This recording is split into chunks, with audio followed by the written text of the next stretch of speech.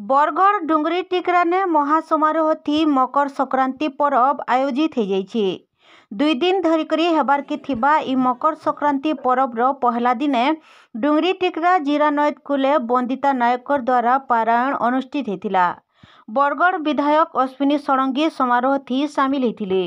आयोजक कमिटी आड़ू श्रद्धालु भकत मान लगी अन्नप्रसाद रो व्यवस्था करा जायथिला।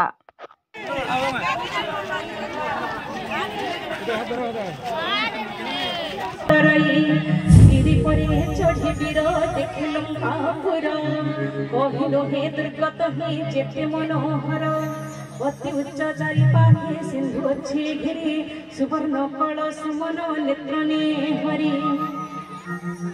कौन कर कोटि मणि रे जोड़ी सुंदर माने बुढ़ा बुढ़ी देखरी कथा समस्त टिके करताली देखरी आज्ञा को धन्यवाद जणावा।